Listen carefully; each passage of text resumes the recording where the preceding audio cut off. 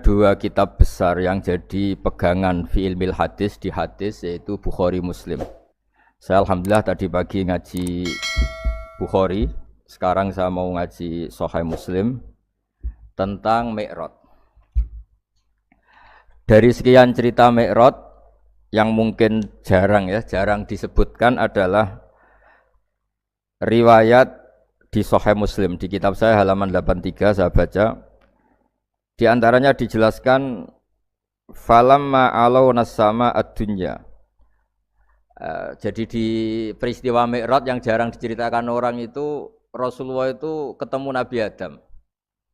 Dan Nabi Adam itu disebutkan di sini faidan an yaminihi aswidatun wa an yasarihi aswidatun.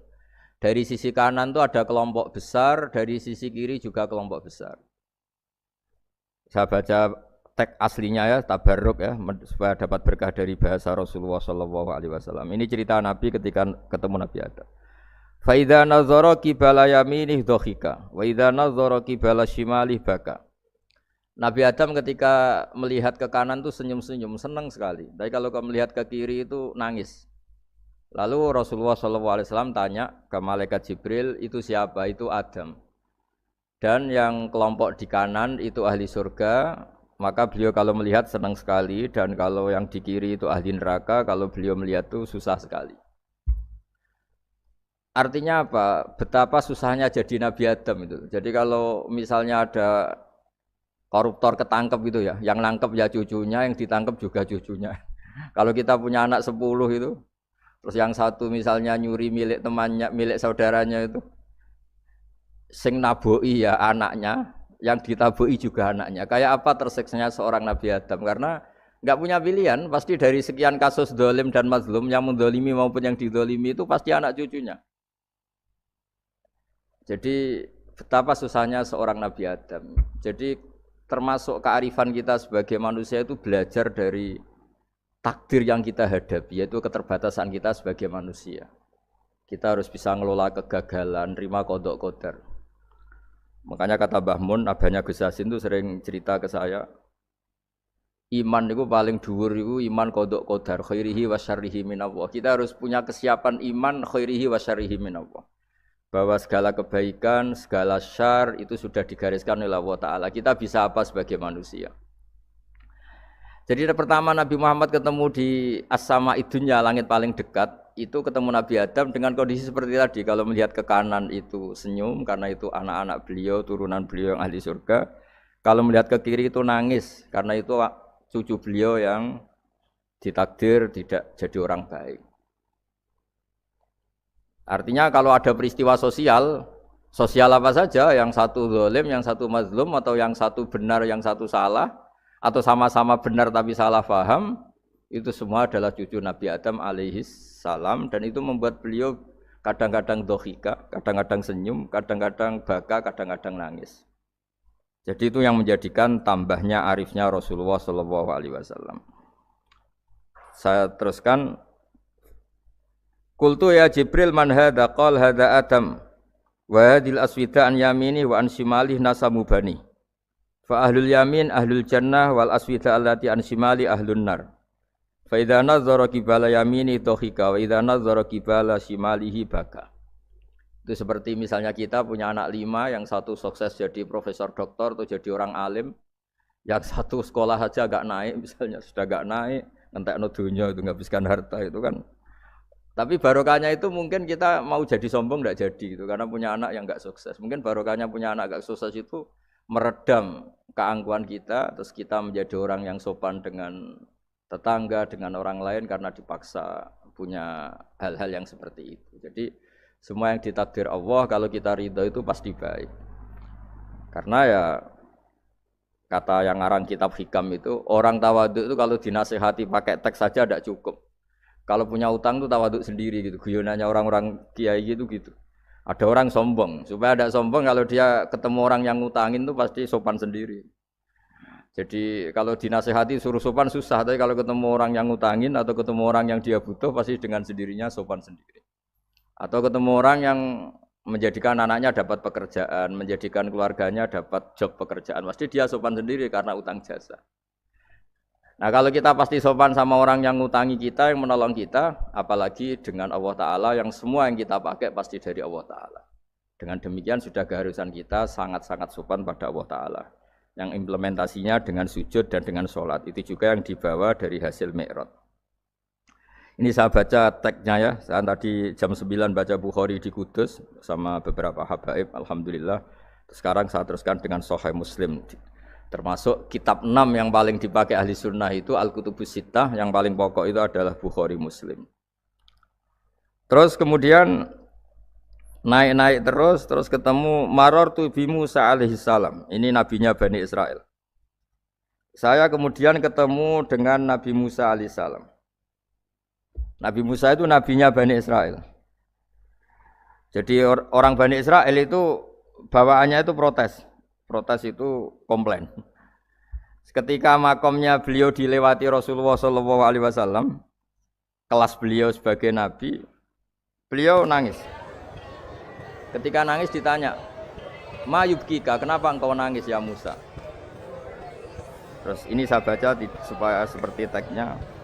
Kata Nabi Musa, "Rabbi hadza ghulamun ba'astahu ba'di, yadkhulu min ummatihi al-jannata aktsaru mimma yadkhulu min ummati."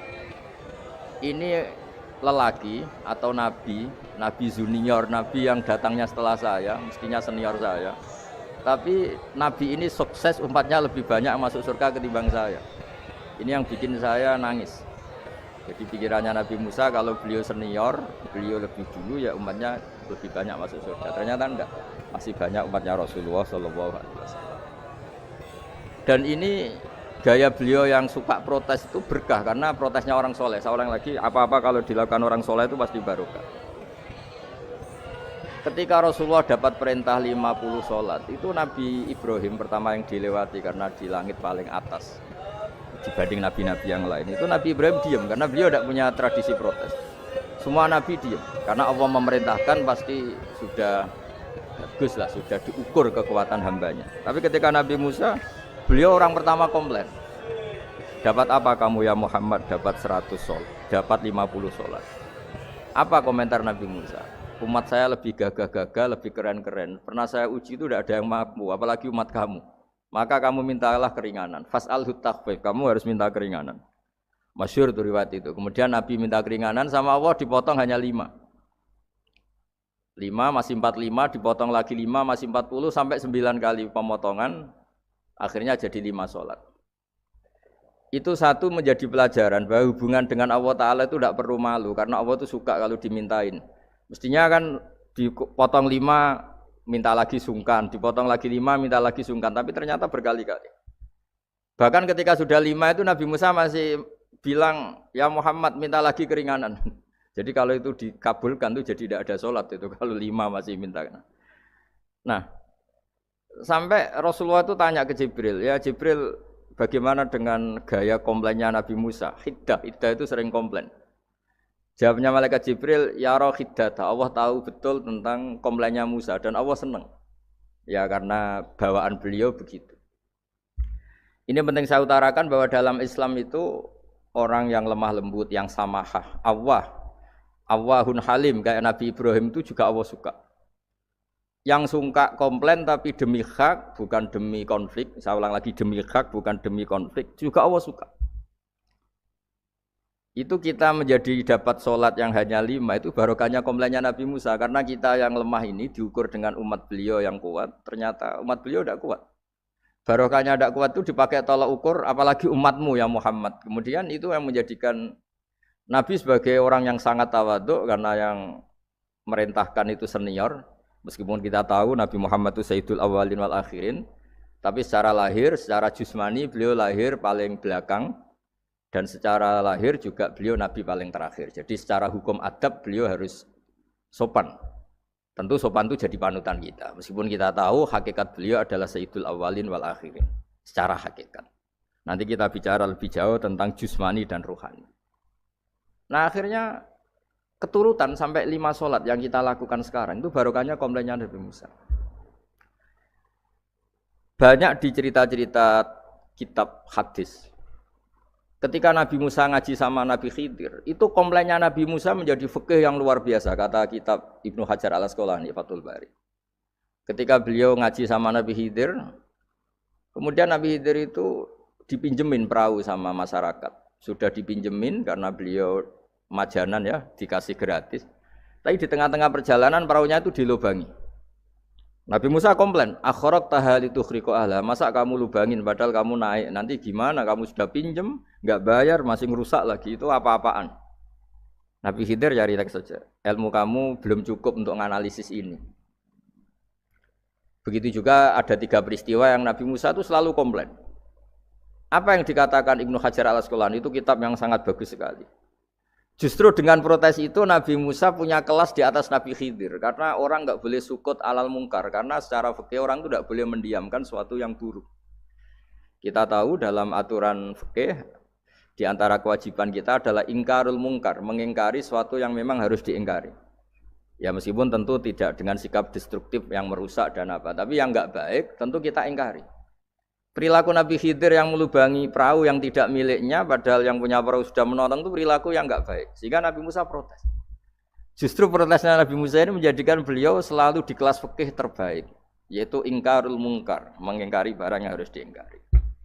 Tapi tentu Nabi Khidir juga enggak salah, karena beliau punya perhitungan, di depan nanti itu ada begal-begal, ada kekuatan yang enggak baik, yang selalu akan membegal perahu-perahu yang kondisinya sempurna. Nabi Khidir punya perhitungan, kalau ibarat mobil ini spionnya kok enggak dipecah, enggak diambil, itu termasuk mobil bagus, pasti digarong. Tapi gara-gara spionnya dipecah dulu sama Nabi Khidir, terus depannya dilumuri apa supaya enggak menarik, ini selamat. Jadi perhitungannya Nabi Khidir, wa kana wara'uhum maliku ya'khudhu kulla safinatin ghusba. Di beberapa tafsir diartikan safinah ay sholihah, karena di depannya nanti akan ketemu orang-orang yang dolim yang selalu ngambil perahu-perahu yang bagus. Caranya gimana supaya perahu itu gak diambil? Ya karena mereka hanya ngambil yang bagus, ya dirusak dulu supaya gak bagus. Kalau ya gak bagus nanti lolos dari garong tadi, dari pengambilan secara dolim tadi. Jadi Nabi Khidir gak salah karena ada visi seperti itu. Nabi Musa protes juga agak salah karena memang tugasnya fikih itu ingkarul mungkar, mengingkari barang yang memang enggak benar. Nah, di sini seperti yang dikatakan Gus Yassin, kita harus bisa ngelola perbedaan, ngelola beda sudut pandang dan sebagainya. Sehingga kita selalu dapat nikmat Allah Taala wa allafa baina qulubihim, nikmat yang kita asik, kita hidup asik, nyaman. Doa-doa bapak-bapak saya, guru-guru kita sering ijazahi setiap ketemu teman atau keluarga disuruh berdoa, Allahumma alif baina qulubina wa aslih dzata bainina. Semoga hubungan kita dengan orang lain itu baik-baik saja dan semua konflik kita dibenahi oleh Allah Subhanahu wa taala. Karena kita tidak pernah tahu ya. Kita miskin kadang dianggap problem karena takut membebani tetangga. Tapi kita kaya juga kadang dianggap problem karena orang lain takut kalah dengan kita. Kita tidak pernah tahu cara pandang orang lain. Jadi kadang-kadang kita menang gitu, sama yang senang dikira kita pemikir serius gitu. Tapi sama yang enggak senang dikira kita merengut. Kita guyon, kata yang senang itu luar biasa, kita dianggap orang yang ceria. Bagi yang enggak senang dianggap arogan. Jadi kita tidak pernah bisa ngelola pikiran orang lain. Nah, barokahnya rahmat Allah yang tidak terbatas kita seperti ini. Dan itu digambarkan oleh Allah Ta'ala ketika ketemu antar Nabi itu. Cara pandang ya beda-beda. Nabi Ibrahim itu kalau melihat orang yang enggak benar, itu ya ngendikane faman tabi'ani fa innahu minni wa man asani fa innaka ghafurur rahim. Ya Allah, yang ikut saya ya karuan kelompok saya, yang tidak ikut saya semoga engkau banyak mengampuni mereka. Nabi Nuh beda sekali cara pandang. Nabi Isa ubudiyah murni. Ketika melihat orang yang enggak benar, beliau tidak ngambil sikap. Beliau ngendikan intu adzibhum fa innahum ibadu. Kalau engkau siksa nggih monggo Gusti, wong itu hamba-hamba jenengan, itu terserah jenengan. Wa in taghfir lahum, kalau engkau ampuni nggih monggo, jenengan yang punya pertimbangan lebih bijak. Dan itu yang dalam banyak hadis ketika Rasulullah SAW melihat umatnya di akhir zaman yang macam-macam, Nabi ngambil sikap kayak sikapnya Nabi Isa. Sebagian riwayat Nabi mengatakan fa'aqulu kama qalal abdus sholeh. Saya akan ngambil sikap kayak sikapnya al-abdus sholeh. Di hadis itu diredaksikan yaitu dengan redaksi intu adzibhum fa innahum ibaduk wa in taghfir lahum fa innaka antal azizul hakim. Ya saya teruskan. Kemudian Akhirnya Rasulullah Shallallahu Alaihi Wasallam sampai ke Sidratil Muntaha. Wa ra'aitu Ibrahim alaihi salam wa ana asbahu waladih bih. Ketika ketemu Nabi Ibrahim, hubungan Rasulullah itu sangat emosional. Beliau yang pertama diceritakan, saya ketika ketemu Nabi Ibrahim itu senang sekali karena ternyata saya ini cucu beliau, turunan beliau yang paling mirip beliau. Jadi ini unik, dari sekian peristiwa besar, peristiwa langit, kemudian Nabi ada hubungan emosional yang luar biasa ketika ketemu Nabi Ibrahim. Pertama yang dikatakan Nabi, wa ana asbahu waladihi. Saya adalah cucu yang paling mirip beliau. Dan ini kita tahu akhirnya di semua syariat kita, istilah resminya itu anit tabi millata Ibrahim hanifa. Di istilah resmi agama kita, millata abikum Ibrahim, agama leluhur kamu Ibrahim. Kita ketika baca sholawat, Allahumma sholli ala sayyidina Muhammad, terusannya juga kama shollaita ala sayyidina Ibrahim wa ala ali Ibrahim. Dan seterusnya, dan seterusnya. Kemudian yang terakhir saya cerita secara akidah Ahlussunnah wal Jamaah yang dianut oleh Imam Asy'ari dan Maturidi. Meskipun secara lahir itu Nabi mengalami pertemuan dengan Allah di Sidratil Muntaha, tapi tetap saja kita cara pandang bahwa Allah Ta'ala itu mukhalafatul hawadis. Allah tidak bisa kamu andekan di satu tempat terus mengalami hal-hal yang kita alami sebagai makhluk. Sebab itu sirinya kenapa di surat Isra dimulai dari subhanalladzi. Allah tetap maha suci. Maha suci itu artinya terbebas dari yang kita alami. Allah selalu mukhalafatul hawadis. Allah la yahtaju ila makarin. Allah tidak butuh tempat. Allah tidak butuh waktu, Allah tidak butuh semua. Karena Allah itu qayyum, Allah itu qiyamuhu binafsihi, berdiri sendiri. Allah tidak butuh aras, Allah tidak butuh kursi. Tapi eksistensi kursi yang butuh Allah. Allah tidak butuh aras, tidak butuh kursi, tidak butuh langit. Semuanya itu berdiri karena Allah. Bukan sebaliknya Allah berdiri di atas semuanya. Sehingga kita mulai kecil diajari Allah itu siapa? Al-Qayyum. Kalau bahasa kita qiyamuhu binafsihi. Selalu berdiri sendiri dan Allah itu al-ghaniyul mutlak, enggak butuh yang lain. Di sini pentingnya selalu Nabi ngendikan subhanallah subhanallah, wiridanya tetap Allah itu maha suci, Allah maha besar, Allah maha agung, dan keagungannya diantara ditandai dia punya sifat yang tidak sifat kita. Dia punya keabadian yang tidak bisa kita miliki. Dia punya semuanya yang tidak kita miliki. Itu sebab itu dimulai subhanalladzi asra bi abdi lailam minal masjidil haram. Jadi kata subhana ini maha suci itu maha suci dari tempat, dari waktu, dari apa saja. Meskipun Allah punya adat, punya sunnah, memperlakukan hambanya itu dengan logika atau bayangan yang dibayangkan seorang hambanya. Sehingga seakan-akan kita ini ya ketemu, seakan-akan kita bisa ini melihat. Sehingga di surga disebut kita ini melihat Allah. Tapi semua ahli sunnah mengatakan, tapi kamu melihat Allah itu tetap saja bila kaifin walan khisorin, tidak bisa terus menciri. Ciri itu bisa membatasi sifatnya Allah itu begini-begini tidak bisa. Tetap Allah itu la tudrikul absar wa huwa yudrikul absar. Tapi kita bisa disebut melihat dengan kemakhlukan kita yang profan di surga disebut melihat. Tapi bukan melihat yang kayak kita melihat antar makhluk yang terus bisa apa itu cerita detail, cerita spesifik, cerita apa tidak bisa. Tetap la tudrikul absar. Ini hebatnya ulama-ulama kita selalu cerita Mi'raj, cerita nazar ila wa fil jannah, melihat Allah di surga, tapi bersamaan dengan itu selalu cerita Allah itu mukhalafatul hawadis, Allah itu laisa kamislihi syai'un. Jadi terima kasih Gajang utamanya pada Gus Yasin dan yang membantu semuanya. Barokahnya kita ketemu bisa ngaji, supaya barokah saya baca teks aslinya di hadisil Isra, karena tadi saya jam 9 sudah baca Bukhari. Ini supaya dapat berkah saya ini baca Sahih Muslim. Sekian dan semoga barokah. Assalamualaikum warahmatullahi wabarakatuh.